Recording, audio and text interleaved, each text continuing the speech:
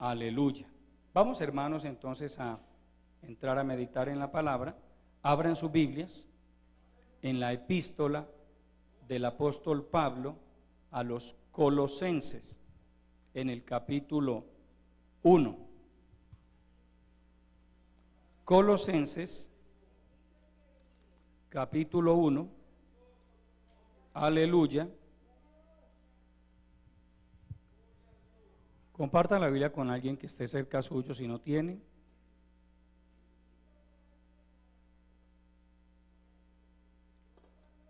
Vamos a tomar la palabra desde el verso 21 hasta el 23. Dice la palabra del Señor lo siguiente: y a vosotros también, que erais en otro tiempo extraños y enemigos en vuestra mente, haciendo malas obras, ahora os ha reconciliado en su cuerpo de carne por medio de la muerte, para presentaros santos y sin mancha e irreprensibles delante de Él, si en verdad permanecéis fundados y firmes en la fe, y sin moveros de la esperanza del Evangelio que habéis oído, el cual se predica en toda la creación que está debajo del cielo, del cual yo, Pablo, fui hecho ministro. Oremos. Padre nuestro, que estás en los cielos, gracias por tu bendita palabra, Señor. Te rogamos que nos bendigas a través de ella, Señor, que hables a lo profundo de cada corazón, que tu palabra se convierta en ese alimento espiritual que nutra y fortalezca nuestras almas, Dios mío. Úngeme con tu Santo Espíritu. Pon en mis labios el mensaje que tú has determinado enviar a tu pueblo en esta mañana. Da la palabra, Padre, que tu palabra corra y sea glorificada, que tu Santo Espíritu la aplique en cada corazón. Salva las almas, sana a los enfermos y liberta a los oprimidos por el diablo. Todo esto te lo pedimos en el nombre glorioso de Jesucristo y te damos muchas gracias. Amén.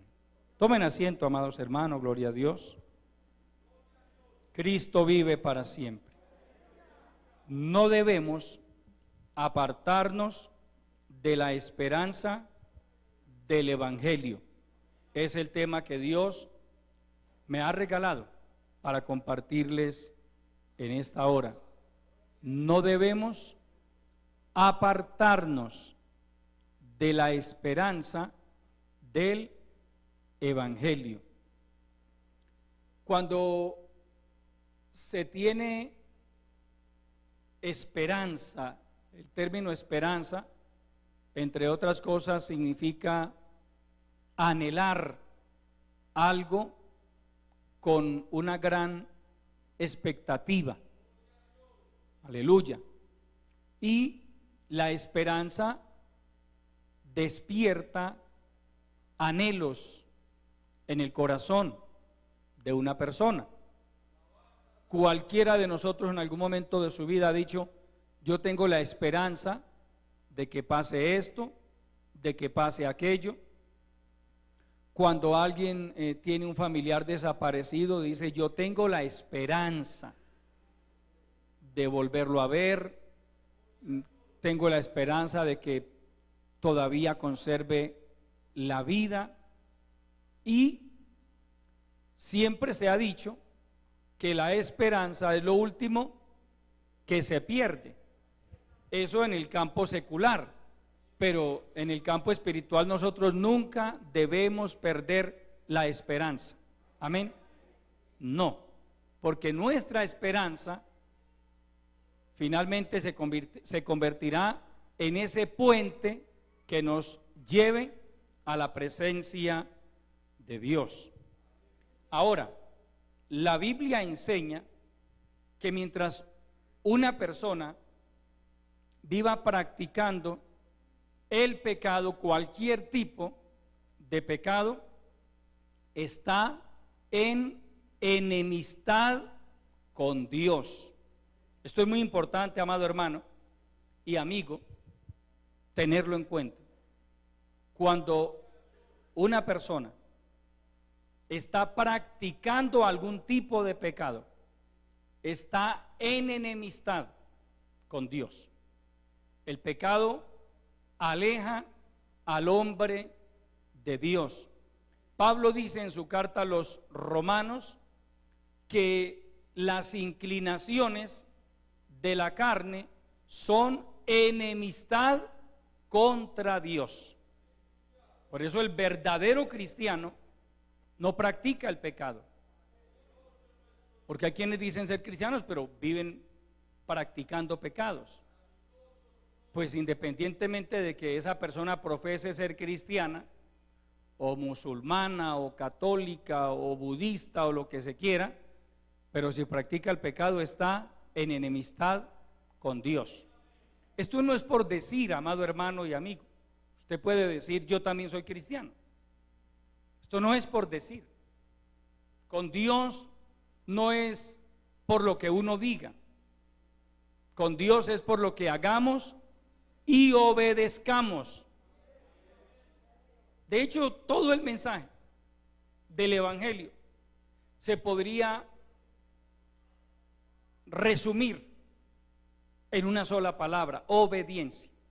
Obediencia. Si usted y yo nos preocupamos por obedecer a Dios, hermano, estamos bien con Él. Cualquiera cuyo propósito permanente sea el de obedecer a Dios, hermano, puede contar con la bendición del Señor. Ahora, cuando hay una enemistad, para poder quitar de lado la enemistad, se hace necesaria una reconciliación.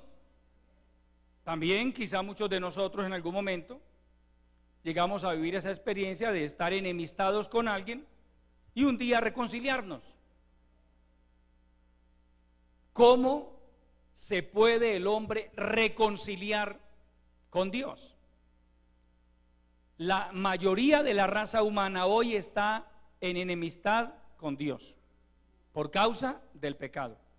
Llámese idolatría, llámense pecados de inmoralidad sexual, llámese brujería, hechicería, cualquiera sea el pecado. Hoy se cometen demasiados pecados. Eso hace que el hombre entre en enemistad con Dios. Cualquiera que desee reconciliarse con Dios, porque lo lindo con el Señor es que a pesar de que somos enemigos de Él cuando estábamos en el pecado, sin embargo Él le permite al hombre reconciliarse con Él. Amén. Esa reconciliación con Dios solo puede lograrse por intermedio de nuestro Señor Jesucristo. Lea el verso 21 de ese pasaje que tomamos. Aleluya. Dice: y a vosotros también, que erais en otro tiempo extraños y enemigos en vuestra mente, haciendo malas obras, ahora os ha reconciliado en su cuerpo de carne por medio de la muerte. Cuando Pablo dice, y a vosotros también, ojo, al tiempo que usa, que erais, tiempo pasado, amén. Pablo se está dirigiendo aquí a la iglesia de Cristo en la ciudad de Colosas, en el Asia Menor, ubicada en lo que hoy se conoce como Turquía,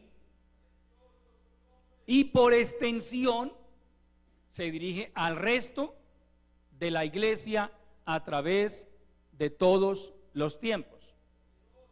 Cuando se habla de la iglesia de Cristo, se habla de hombres y mujeres nacidos de nuevo, regenerados, transformados por el poder de Dios y lavados con la sangre de Jesucristo.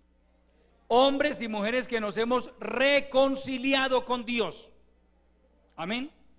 Cada uno de nosotros que hoy creemos en Jesucristo, que hoy profesamos el Evangelio como nuestro estilo de vida, un día éramos enemigos de Dios, pero nos reconciliamos con Él. ¿Cómo lo hicimos? Por medio de la fe en Jesucristo. No hay otra manera.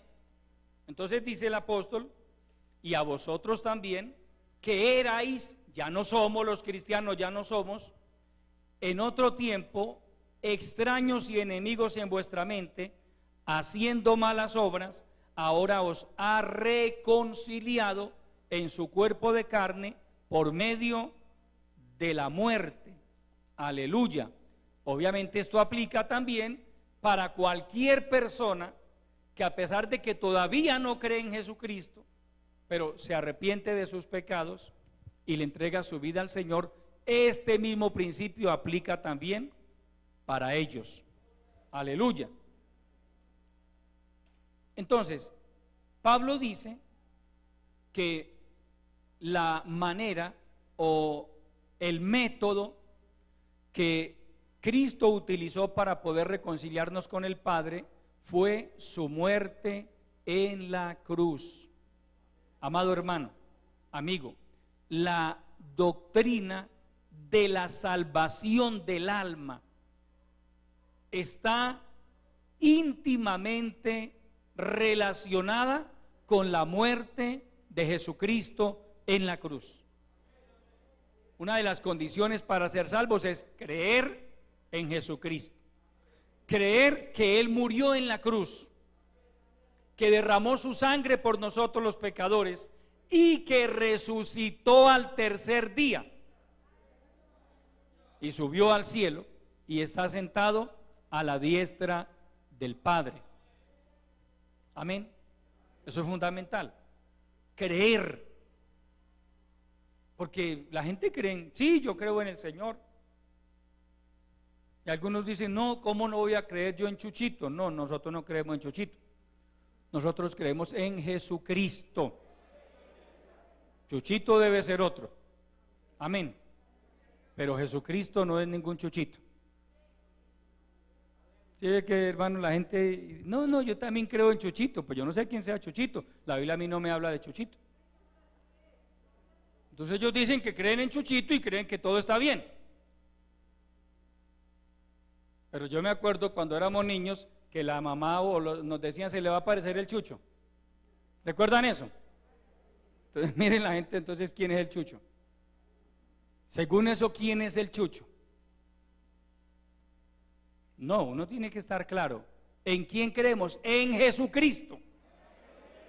Creo que Él murió por mis pecados. Creo que Él derramó su sangre en la cruz. Amén. Y que operó en mi vida el milagro del nuevo nacimiento. Es por eso que al mensaje del Evangelio también se le llama el mensaje de la cruz. Predicar el Evangelio es predicar el mensaje de la cruz. Vaya a 1 Corintios capítulo 1. Aleluya. 1 Corintios capítulo 1. Gloria al Señor. Vamos a leer el verso 18. Dice la palabra: porque la palabra de la cruz es locura a los que se pierden, pero a los que se salvan, esto es, a nosotros, es poder de Dios. Mira, amado hermano, porque la palabra de la cruz, el mensaje de la cruz, porque fue en la cruz donde Cristo selló nuestra salvación. Escúcheme, hermano y amigo, el Señor Jesucristo no murió en una cruz accidentalmente, no, Él vino a eso. Él sabía a qué venía a este mundo.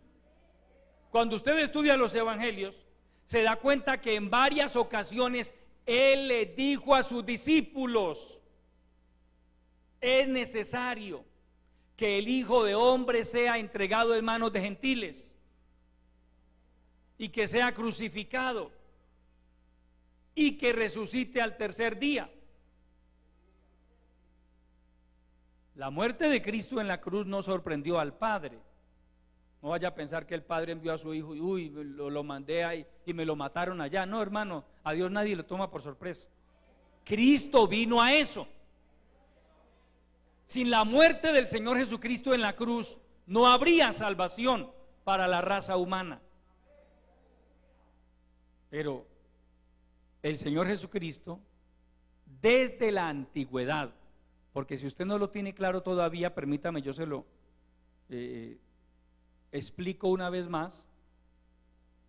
Jesucristo no comenzó a vivir el día que María lo dio a luz. Jesucristo es eterno. En San Juan, en el capítulo 17, en la oración que él hace al Padre, entre otras cosas le dice: ahora pues, Padre, glorifícame tú al lado tuyo con aquella gloria que tuve contigo antes que el mundo fuese. Amén. Glorifícame tú al lado tuyo con aquella gloria que tuve contigo antes que el mundo fuese. Es decir, antes que el mundo existiera, Cristo ya estaba con el Padre. Simplemente que Él viene al mundo por medio de un nacimiento natural.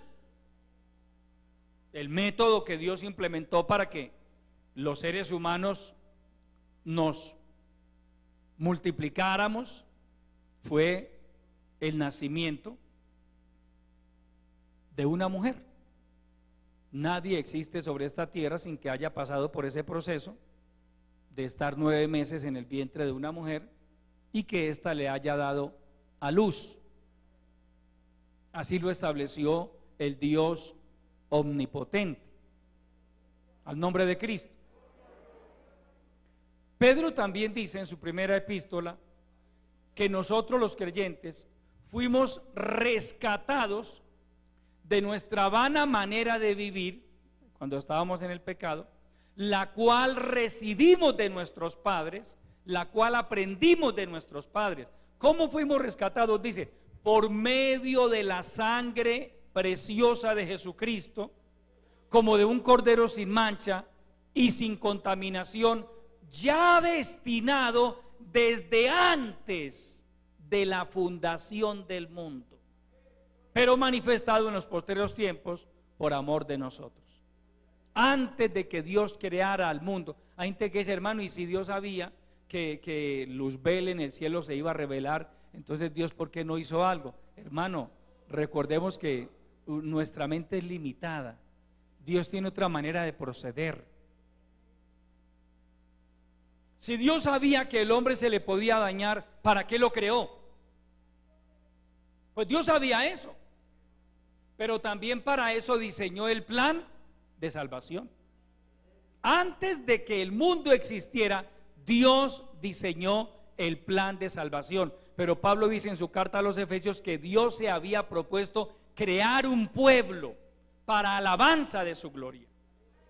Nosotros en el cielo, hermano, adoraremos a Dios por toda la eternidad. Le exaltaremos. El pueblo redimido con la sangre de Cristo. Entonces dice aquí el apóstol, porque la palabra de la cruz, el evangelio que se predica, es locura a los que se pierden, a la gente que no quiere creer. Para ellos es una locura. Dice, a mí no me hable de eso, yo no creo en eso. Ustedes los evangélicos son locos. Yo no creo en esto, yo no creo en aquello. El papel puede con todo lo que le pongan, dicen algunos. La palabra de la cruz es locura a los que se pierden, pero a los que se salvan, es decir, a nosotros, ¿qué es la palabra de la cruz? Poder de Dios. Para nosotros la palabra de la cruz es poder. Porque a través de esta palabra Dios nos ha cambiado, nos libertó de la esclavitud del pecado, nos hizo nuevas criaturas. A través de esta palabra hemos sido bendecidos y seguimos siendo bendecidos. Al nombre de Cristo. Aleluya. Entonces dice el apóstol que la palabra de la cruz es, hermano, o equivale a salvación para los que creemos. La palabra, el primer efecto que produce la predicación del evangelio en aquellos que creen es la salvación. Salvación. Pero no es el único.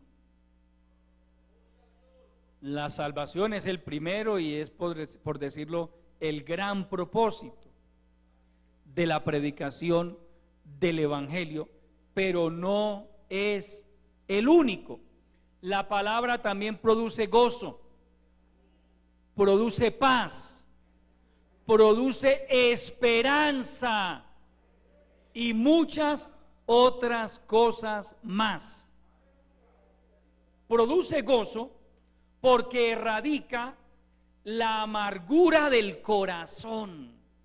Hermano, es extraño encontrar una persona que no conozca a Cristo y que tenga su corazón libre de amargura.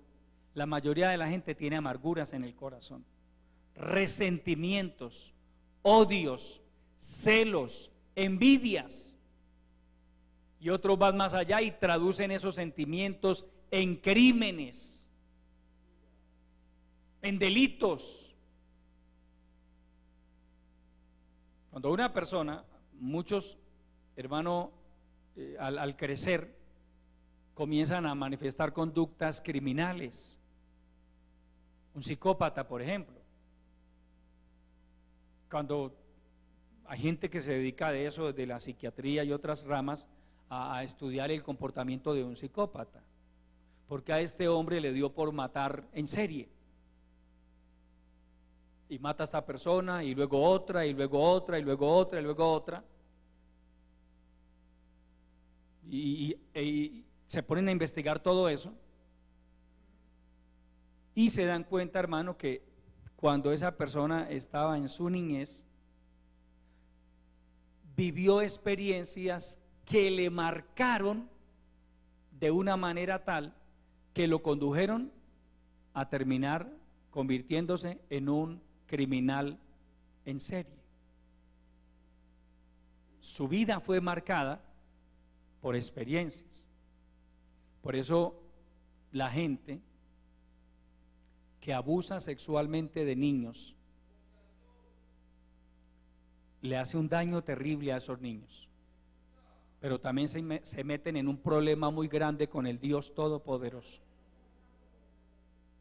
Amén.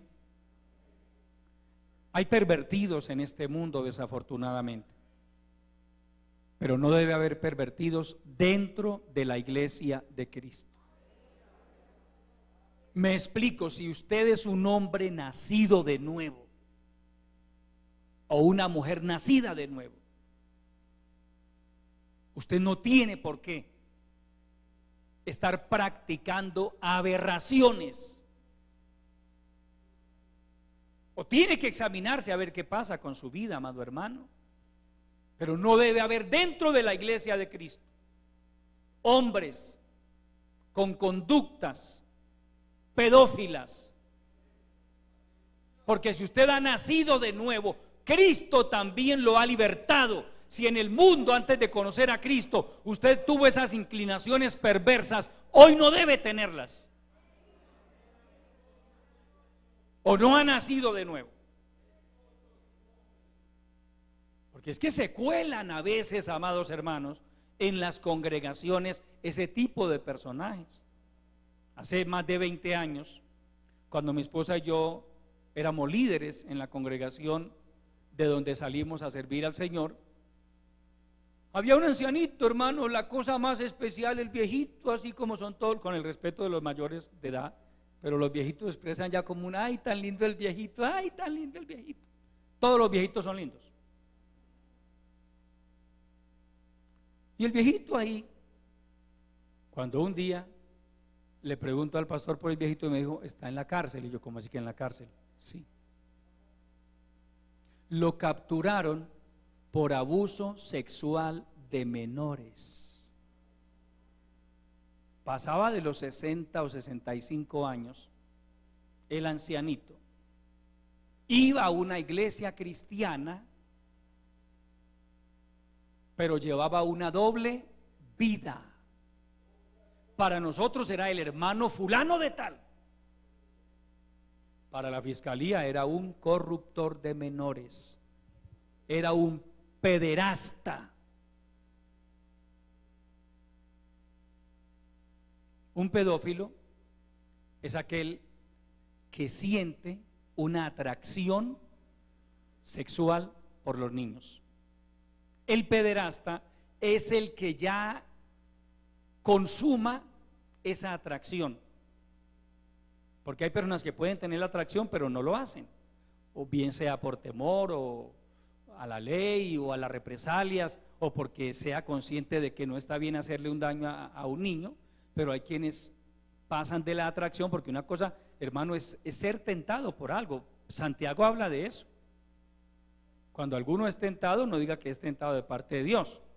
Dios no tienta a nadie, ni él puede ser tentado por el mal, sino que cada uno es tentado cuando de su propia concupiscencia es atraído y seducido.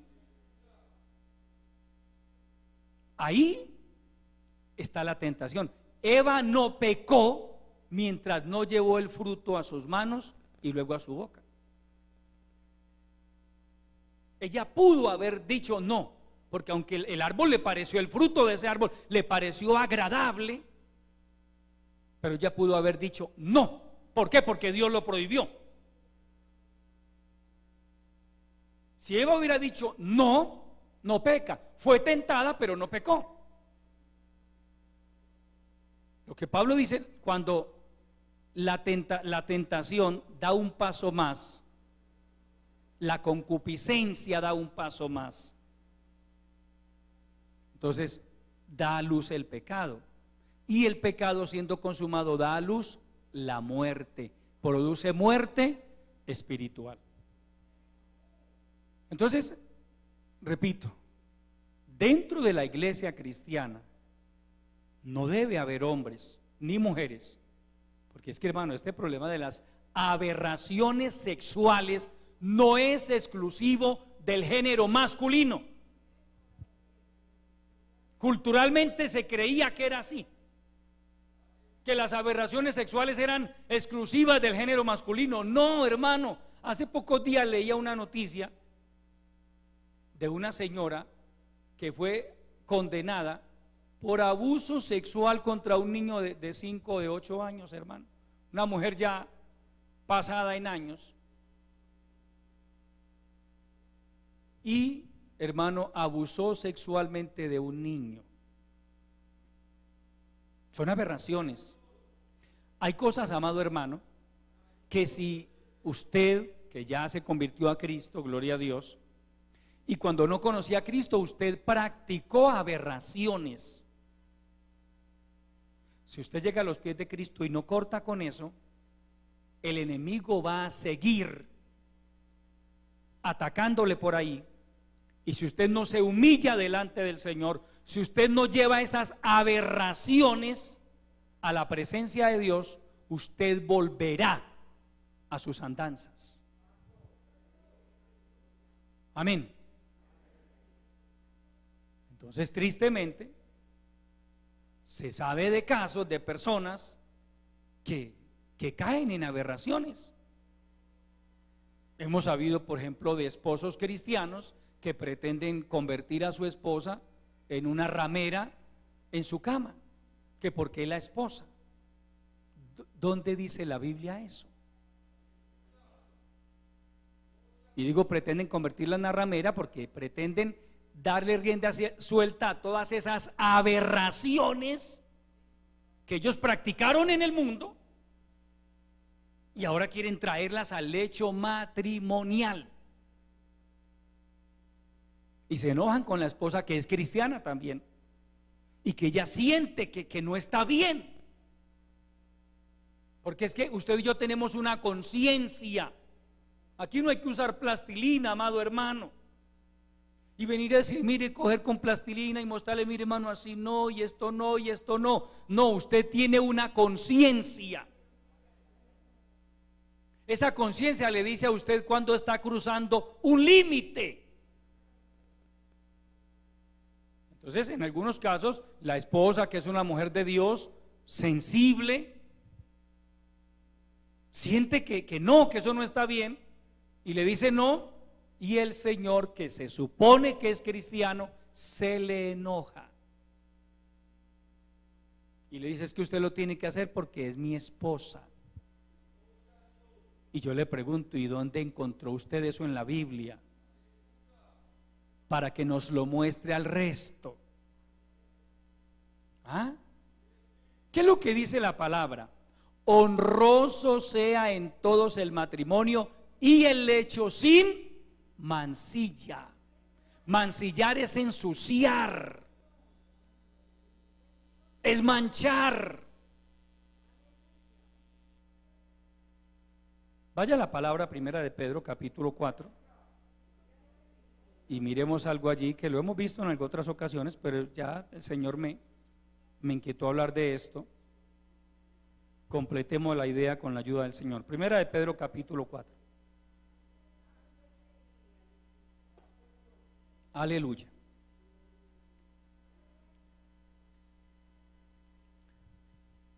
Leamos el verso 2 y el verso 3. Para no vivir el tiempo que resta en la carne, conforme a las concupiscencias de los hombres, sino conforme a la voluntad de Dios. Baste ya el tiempo pasado para haber hecho lo que agrada a los gentiles, andando en lascivias, concupiscencias, embriagueces, orgías, disipación y abominables idolatrías. Mira, amado hermano y hermana, baste ya el tiempo pasado. Lo que hizo en el pasado, ya. Pero Dios le dice, baste ya. No pretenda venir a traer toda esa basura, porque muchos antes de ser cristianos fueron adictos a la pornografía, otros fueron pedófilos, otros hasta practicaron relaciones homosexuales. Hoy se casaron y viven una vida normal, pero en el pasado, hermano, también practicaron eso. ¿Y cuánto? Porque obviamente hay que tener un corazón vacío del temor de Dios para pretender traer todas esas cosas al lecho matrimonial. Pero de tiempo en tiempo han aparecido ese tipo de sujetos en las iglesias también. Entonces pretenden toda esa porquería que aprendieron en el mundo, ahora traerla al hogar, y bajo el pretexto de que como ella es la esposa, tiene que acceder. No, amada hermana, yo digo a usted con todo el respeto, usted se tiene que morir, pero usted no tiene que acceder a esas porquerías. Amén. Sí, así no digan amén, y discúlpeme si no les gusta el tema, pero es que es la verdad. Usted no tiene, ni siquiera la ley la obliga, menos la palabra de Dios.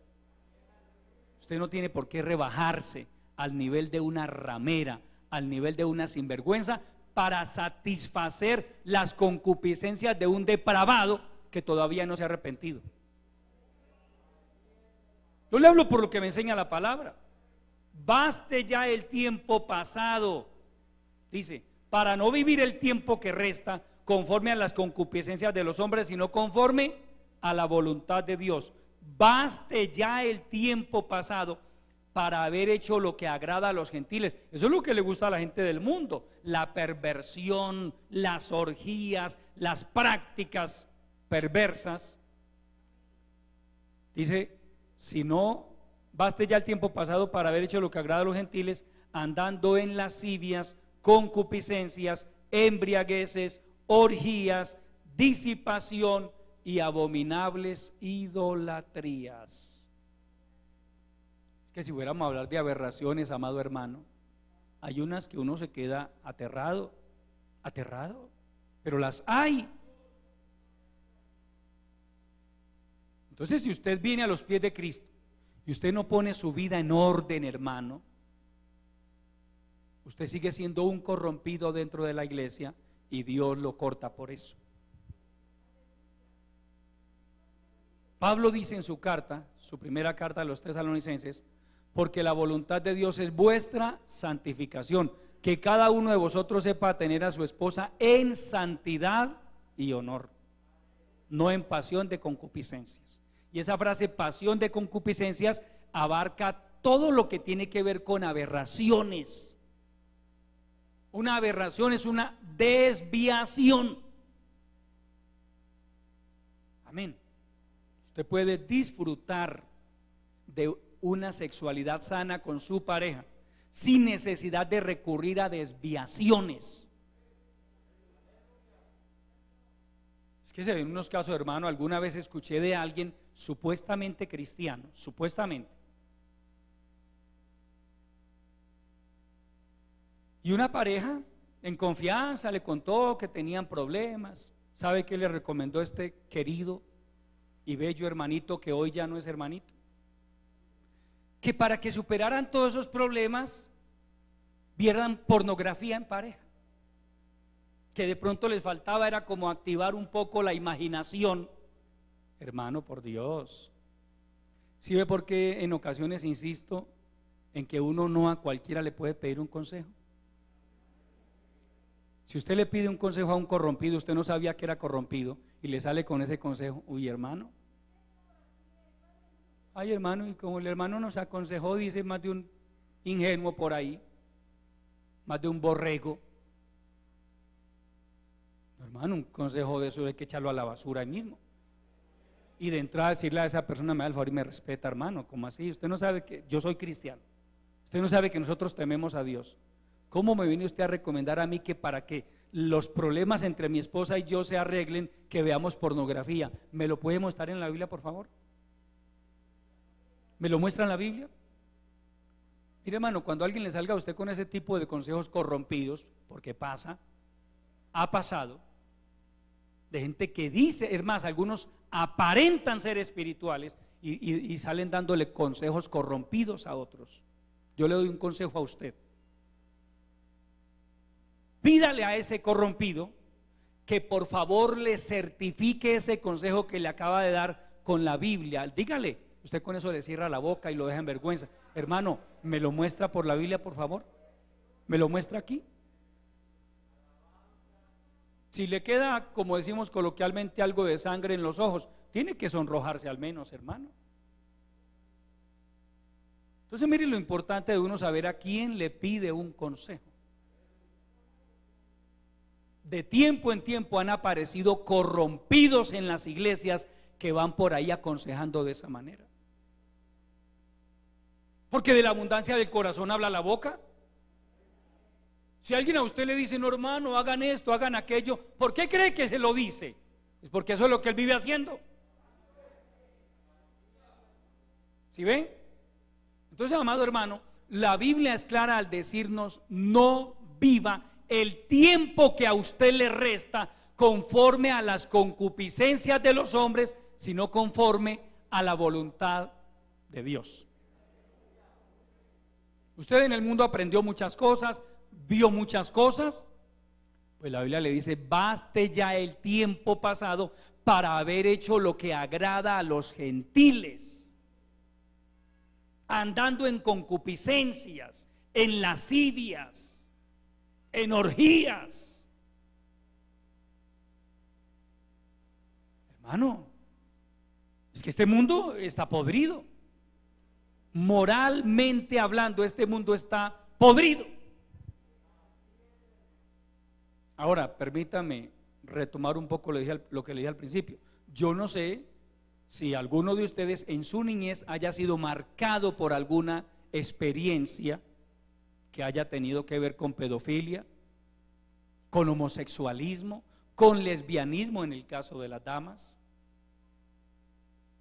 Es que se escuchan cosas, hermano. Yo he escuchado historias, por ejemplo, como que la señora fulana de tal dejó al esposo porque se enamoró de la vecina. O sea que esta señora en su niñez tuvo que haber sido marcada por alguna experiencia lésbica. Y hablemos ya entre nosotros como cristianos, si usted se convierte a Cristo, pero usted no lleva eso a la presencia de Dios, es más, sin usted buscárselo, usted puede resultar enamorada de la hermana fulana de tal o de su vecina. ¿Sí ve por qué es tan importante que usted y yo, hermanos, llevemos? La Biblia habla de crucificar la carne con sus pasiones y deseos, y habla de esas pasiones pecaminosas, de esos deseos pecaminosos. Usted no puede darle rienda suelta a lo que ya no debe practicar. Usted tiene que ir a la presencia de Dios y decirle: Dios mío, por favor, libértame de esto. Yo quiero agradarte, yo quiero hacer tu voluntad, pero Señor, me encuentro con que tengo este problema en mi vida. Y Dios le liberta, hermano, es que Dios liberta. Él vino para libertar, ¿o no? Claro, nuestro Señor Jesucristo vino a libertar, vino a sanar, vino a restaurar. Al nombre de Cristo. Aleluya. Entonces mire que, hermano, lo maravilloso del evangelio es que va más allá de una simple creencia. No, yo creo en Dios, pero ¿qué ha hecho o qué ha producido en su vida creer en Dios? Es una persona diferente, con una conducta diferente a la conducta que tenía cuando no era cristiano, o sigue siendo el mismo, corrompido, malicioso. Cuidado con todo eso, porque eso lo saca del camino, hermano, al que sea. Hemos conocido cristianos que en su momento eran una bendición y uno los admiraba, y después resultaron, hermano, en prácticas homosexuales. En la niñez, en la adolescencia, en la juventud, tuvieron ese tipo de experiencias, no eran cristianos, se convierten a Cristo, pero si usted no lleva esos problemas a la presencia del Señor, usted va a tener ese monstruo ahí adentro, mirando cómo le saca del propósito de Dios. Mire qué tan clara la palabra: baste ya el tiempo pasado para haber hecho lo que agrada a los gentiles. Lo que haya hecho en el pasado, ya. Amén. Y con todo respeto, querido caballero, usted que es cristiano, que dice ser cristiano, usted delante de Dios no tiene el derecho a tratar a su esposa como una ramera. Eso era en el mundo. Porque en el mundo existe esa filosofía. Yo he escuchado personas profesionales en el campo de la psicología y de la sexualidad, y lo más tremendo, mujeres, yo las he escuchado. Alguna vez escuchaba una sexóloga, y esta señora decía que toda mujer casada en la calle debe ser una señora y en la cama debe ser una cualquiera, decía esta señora. Mire que esa filosofía es de allá, es del mundo, pero usted no puede pretender traer esa filosofía a su lecho, a su hogar. No, es que el esposo que le diga a la señora: usted tiene que ser como una cualquiera porque usted es mi mujer. Bíblicamente no hay un fundamento para eso. Si usted cree que tiene licencia para pecar, se equivocó. Dios jamás nos dará licencia a nosotros para pecar, jamás. Y toda aberración es pecado, toda aberración. A los ojos de Dios, toda aberración es pecado, toda desviación es pecado, todo desorden moral es pecado. Y ver pornografía en pareja no arregla problemas. Pero sí, si usted lo quiere hacer, yo sí le digo que le produce la pornografía, le llena su casa de demonios. Eso sí le va a pasar. Demonios de lujuria, terminan hasta los niños de su casa corrompidos, hermano. Hay gente que atrae los demonios a su casa. Y estoy hablando de gente cristiana, que es lo más triste, hermano. Ellos atraen los demonios a su casa. Y después el grito en el cielo, hermano, ¿por qué mi niño apenas con 8 añitos y con estas cosas? ¿Él por qué hace eso? ¿Por qué? Miren a ver ustedes qué han hecho en su casa. Al nombre de Cristo. Sí, hermano, porque es que la Biblia me dice que el diablo anda como león rugiente alrededor, pero no tiene que vivir en mi casa. Él puede dar rondas por alrededor de mi casa, pero él no tiene por qué vivir en mi casa. Y porque hay quienes, hermano, resultan hasta sus propios niños corrompidos, adictos a la pornografía, niños de 8 añitos viendo pornografía, practicando cosas no aptas para su edad.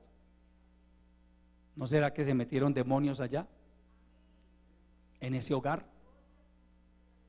Al nombre de Cristo.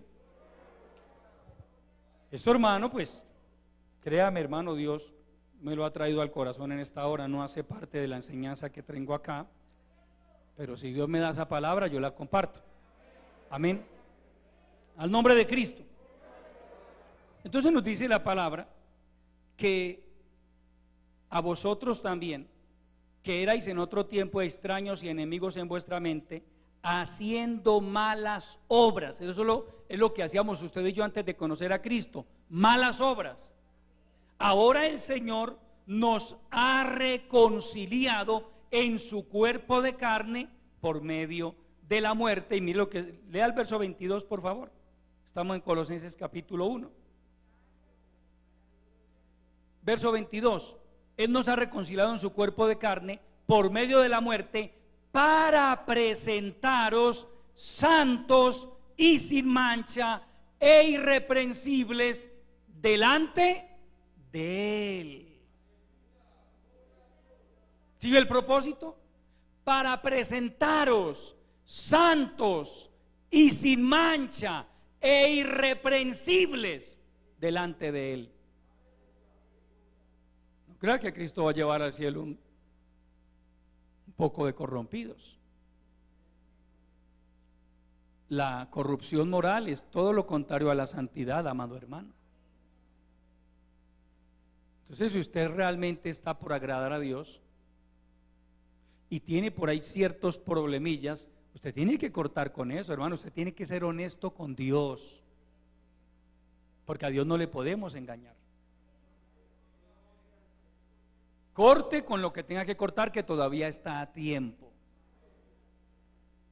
Y si Dios le está hablando en esta hora, es porque todavía está a tiempo. Es porque Dios le dice, todavía está a tiempo de que se arrepienta de corazón. Porque es triste decir, pero es verdad, hay cristianos que no han nacido de nuevo. Por su fruto los conoceréis, dice la palabra. Entre otras cosas, ese tipo de conductas. Eso indica, hermano, que esa persona no ha nacido de nuevo. Pero está a tiempo, se puede arrepentir de todo corazón.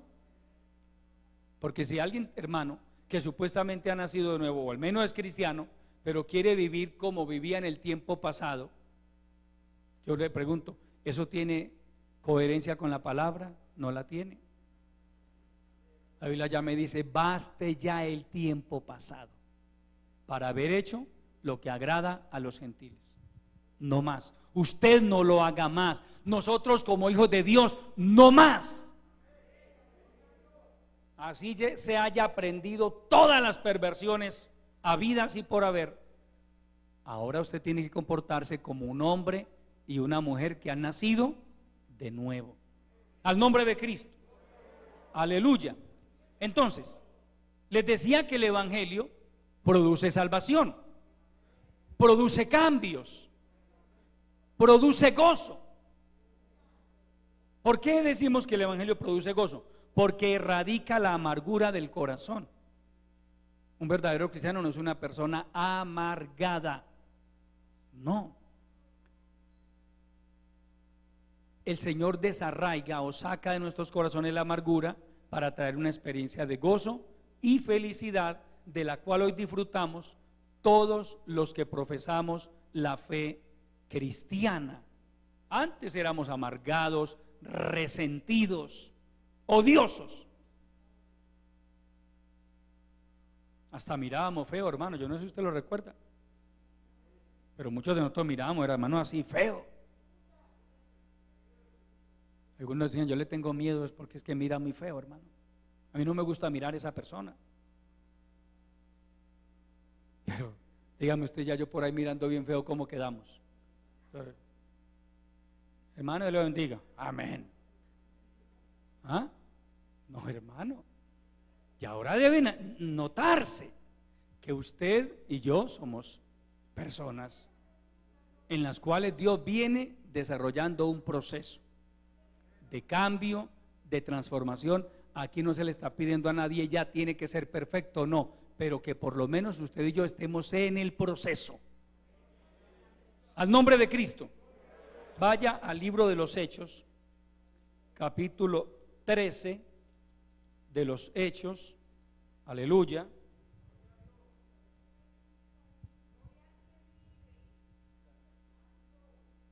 Hechos capítulo 13. A Dios sea la gloria. Vamos a tomar la palabra desde el verso 49.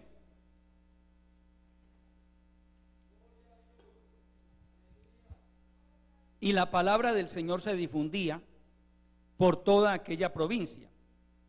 Pero los judíos instigaron a mujeres piadosas y distinguidas y a los principales de la ciudad y levantaron persecución contra Pablo y Bernabé y los expulsaron de sus límites. Ellos entonces, sacudiendo contra ellos el polvo de sus pies, llegaron a Iconio, verso 52, y los discípulos estaban llenos de gozo y del Espíritu Santo. ¿Qué quiero resaltar aquí, amado hermano? A pesar de que estaban en medio de una persecución, lo hicieron ir, hermano. Recuerde que a Pablo en Listra lo apedrearon. ¿Y cómo es que dice esta palabra, hermano? Que a pesar de todo eso, estaban llenos de gozo y del Espíritu Santo. No estaban llenos de amargura. No estaban diciendo, dejen que ellos se descuidan. No, estaban llenos de gozo. ¿Sí ve lo que hace el Señor? Porque Pablo no era así. ¿Usted conoció a Pablo cuando era Saulo? Yo lo conocí. Era un perseguidor. Dice Saulo, respirando amenazas y muerte contra los discípulos. Ese era Saulo. Mire, antes de Cristo lo que puede ser una persona. Antes de conocer a Cristo, Pablo respiraba, hermano, amenazas y muerte contra los discípulos del Señor. Ahora se convierte a Cristo, Dios comienza en él todo ese proceso de cambio. No crea que Pablo se convirtió y al otro día ya era apóstol, no, hermano, eso fue todo un proceso también. Alrededor de 13 años transcurrieron entre el momento en que Pablo conoce al Señor Jesucristo allí en Damasco, ahí tirado en el piso, y en el momento en que el Espíritu Santo dice, apartadme a Bernabé y a Saulo para la obra a la cual os he llamado. Transcurren alrededor de 13 años.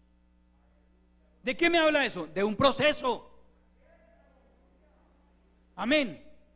Que Dios tiene un tiempo para cada uno de nosotros. No crea que usted se convierte al otro día ya es un pastor. No, hermano. Dios lo mete por un proceso. A muchos les encantan los procesos express. 2 años de evangélico y ya pastor. ¡Ay, qué bendición! No, yo no lo veo como una bendición. Más fácil es un problema. Esa persona más fácil se convierte en un problema que en una bendición. Es que no tiene la formación, no tiene la estructura espiritual, no tiene los tratos de Dios, no ha sido probado. Lo que la Biblia dice es que primero sométalo a prueba. Amén. Entonces yo no me gozo que porque alguien se convirtió y a los 2 años ya es pastor. Yo no me gozo, me preocupo,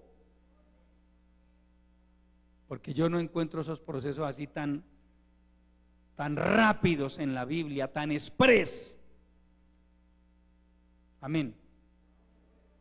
No, hermano, Dios se toma su tiempo para formar a un hombre, a una mujer, porque es que Él conoce, hermano, nuestra naturaleza humana. Al nombre de Cristo. Estaban llenos de gozo y del Espíritu Santo. El salmista dice: me mostrarás la senda de la vida, en tu presencia hay plenitud de gozo, delicias a tu diestra para siempre. En el Señor hay gozo, hermano. Debe haber gozo. Y hay problemas, y hay luchas, y hay ataques de las tinieblas, pero también debe haber gozo. Si usted es un cristiano y usted vive renegando, hermano, hermano, que esta vida, y maldiciendo, la Biblia dice que nosotros no debemos maldecir. Yo no sé para qué nací. Tenga cuidado, hermano. Entonces, ¿cómo así que? Usted dice ser cristiano y se pregunta que para qué nació. Entonces yo le pregunto, ¿qué hizo el Señor en su vida? Pues yo sí sé para qué nací. Dios tenía un propósito con mi vida. Él me salvó. Y aunque en algunas ocasiones yo les he contado un poco de mi vida, mi niñez, mi infancia, mi adolescencia, fueron muy difíciles, desde todo punto de vista. Calificaba para llegar a ser una persona amargada, de todo lo peor que usted se pueda imaginar. Pero un día vino Cristo a nuestras vidas y Él nos libertó, nos rescató de ese círculo vicioso del cual usted y yo veníamos. Cuando hablo de círculo vicioso, me refiero a que usted y yo arrastrábamos, hermano, todas las consecuencias de los pecados de nuestros tatarabuelos, nuestros bisabuelos, nuestros abuelos y nuestros padres. Y no los conocimos, yo no los conocí, pero arrastraba, hermano, los pecados de ellos. Es ese círculo vicioso, hermano. Por eso la gente se pregunta, hermano, ¿y por qué? Y con esto pues yo no quiero herir ninguna susceptibilidad ni justificar ninguna conducta perversa, pero eso tiene una razón, amado hermano. Abusan de un niño, qué pesar de esa criatura, pero la pregunta es, ¿será que detrás de la vida de ese niño hay un pasado generacional de abusos sexuales? Es muy posible, amado hermano, es muy posible. Es que eso es el pecado, hermano. El pecado es una desgracia que muta de generación a generación. ¿Qué hizo el Señor Jesucristo con usted y conmigo? Rompió esa cadena, hermano. Por eso le decía que usted ya no puede seguir siendo lo mismo que era antes. No, es que Cristo nos libertó, hermano. Él rompió, Él cortó con la maldición del pecado en nuestras vidas. Al nombre de Cristo. En mi caso estaba destinado a ser un borracho, un mujeriego, porque eso fue mi papá. Y si preguntan por mis abuelos y todo, hermano, igual o peores. Pero llegó el Señor justo a tiempo, hermano. Cuando ya estaba a punto de lanzarme al abismo, a continuar con esa maldición, el Señor llegó y cortó, rompió. Entonces ahora, hermano, la tarea de cada verdadero cristiano es luchar todos los días, porque esto es una lucha de todos los días, hermano. Yo no le puedo decir, hermano, a usted, hermano, yo el primer año me esforcé, hermano, y ya de ahí para acá yo vengo relajado. No, hermano, relájese y verá lo que le pasa. Relájese y verá lo que le pasa. Descuide su relación con Dios y verá lo que le pasa. Al nombre de Cristo. Entonces, mire, hermano, éramos personas amargadas, frustradas, resentidas, vengativas. Eso éramos. Pero Dios hizo esa amargura que había en nuestros corazones, el Señor la cambió por gozo. El Evangelio produce salvación, también produce gozo, también produce paz. El Evangelio genera en nuestros corazones una sensación de confianza y de seguridad que no encontramos en ninguna otra parte. Confianza. ¿En quién? En Dios. Porque usted y yo antes confiábamos en lo que no es Dios. Pero el Señor ha traído a nuestras vidas paz. El Señor, antes de bendecirlo a usted económicamente, profesionalmente, familiarmente, lo primero que hace es darle paz. Vaya al libro de los Hechos, al Evangelio según San Juan mejor. Primero San Juan capítulo 20, al nombre de Cristo. San Juan capítulo 20. Aleluya. Vamos a leer el verso 19. Cuando llegó la noche de aquel mismo día, el primero de la semana, estando las puertas cerradas en el lugar donde los discípulos estaban reunidos por miedo de los judíos, vino Jesús y puesto en medio de ellos les dijo: paz a vosotros. ¿Qué estaba pasando con ellos? ¿Captó el mensaje? ¿Qué estaba pasando con ellos? Tenían miedo, porque ellos sabían que los judíos los podían crucificar, así como crucificaron a su maestro. Estaban encerrados. Y vino el Señor y no les dijo: mire, consíganse cada uno una espada bien buena, prepárense para matar a todo el que se atraviese en el camino.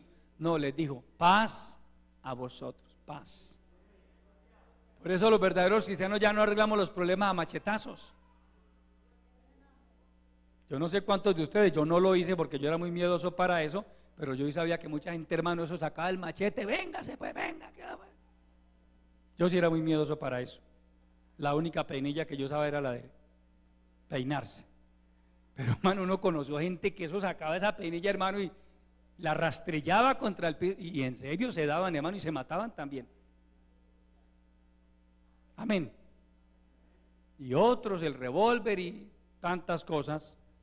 El Señor les dijo: mire, cuando Pedro le cortó la oreja a Malco, Pedro todavía tenía esa naturaleza, y el Señor le recogió la oreja del piso y la puso a Malco, hermano. Con el Señor es así como pegando plastilina, hermano, se la puso así.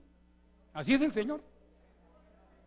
Y le dijo: Pedro, mete tu espada en su vaina, ya no vas a usar más espada. Así no se arreglan los problemas, hermano. Los problemas usted y yo debemos aprender, hermano, a arreglarlos en la presencia del Señor. Ya no es con espada, ya no es con ejército, ya no es con armas, ya no es con amenazas, no es con insultos, es con la gracia del Señor. Paz a vosotros. Y vaya a Hechos capítulo 10, aleluya. Cristo vive para siempre. Hechos capítulo 10. Vamos a leer el verso 36. Allí está Pedro en la casa de Cornelio predicando. Y en el verso 36 le dice lo siguiente: Dios envió mensaje a los hijos de Israel anunciando el evangelio de la paz por medio de Jesucristo. Este es Señor de todos. Mire, hermano, nosotros anunciamos el evangelio de la paz. Amén. Y mire, somos una comunidad y a veces tenemos diferencias entre nosotros y hasta disgustos tenemos a veces entre nosotros, pero nunca vemos a dos hermanos diciendo: hermano, a la salida nos vemos. ¿Usted ha visto eso? Hermano, a la salida arreglamos. No, algunas veces sí hemos arreglado a la salida, pero es porque le digo: hermano, venga, yo le quiero pedir perdón a usted, hermano. Así es que arreglamos nuestros problemas, amén. Yo vengo resentido con usted, hermano, desde ese día que usted me dijo que yo era muy feo, hermano, y usted me tiene muy ofendido con eso, pero yo le pido perdón y yo le perdono. Ya, ahí arreglamos el problema a la salida.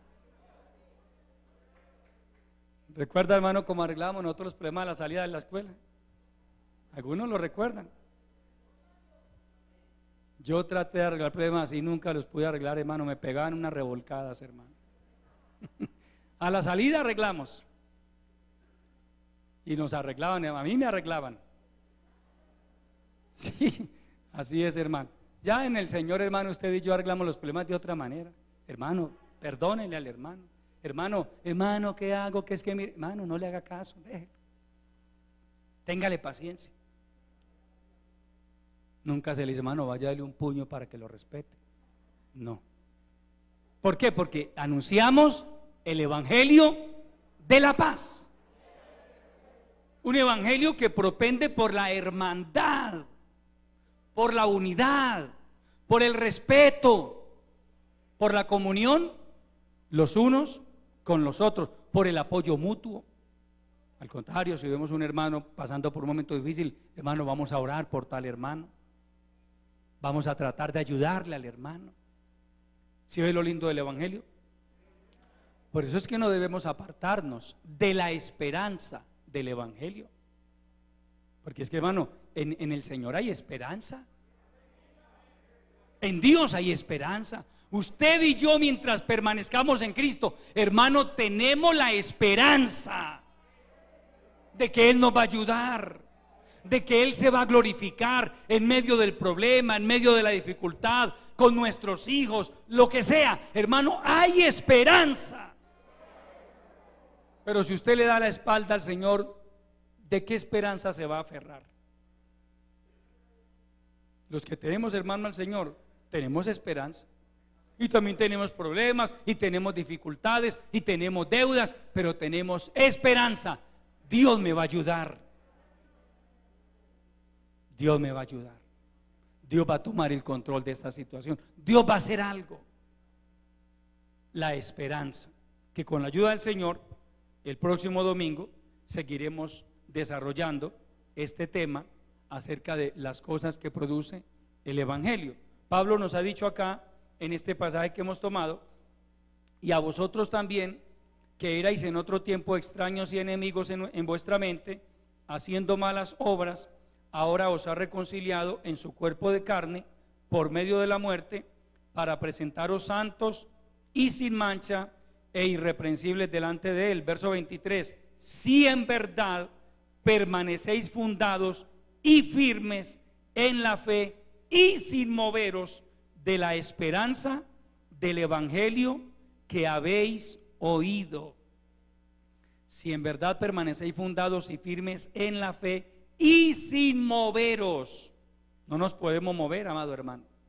Usted no puede permitir que el enemigo, porque eso si quiere el diablo que se lo reprenda, sacarlo a usted de la esperanza, del camino de la esperanza, robarle la esperanza, robarle la fe, y eso no podemos permitirlo, hermano.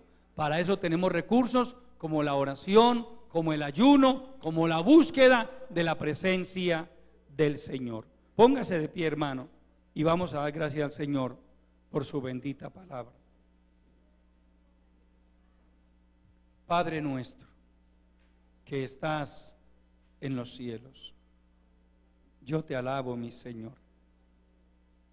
Te doy mil gracias por haberme permitido compartir esta enseñanza de tu bendita palabra con tu pueblo, Señor. Padre Santo, gracias por habernos salvado, por haber roto esas cadenas de maldición que pesaban sobre nuestras vidas. Arrastrábamos sin saberlo con el pecado de nuestros antepasados, Señor. Pero un día te compadeciste de nosotros, un día nos salvaste, un día nos libertaste de la esclavitud del pecado y comenzaste en cada uno de nosotros este proceso de cambio y de transformación que hasta el día de hoy, Señor, seguimos disfrutando.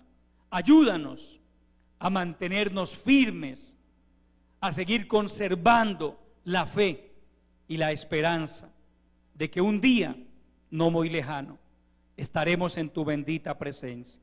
Padre, bendice a tu pueblo, glorifica esta palabra, ayúdanos a ponerla por obra en nuestras vidas.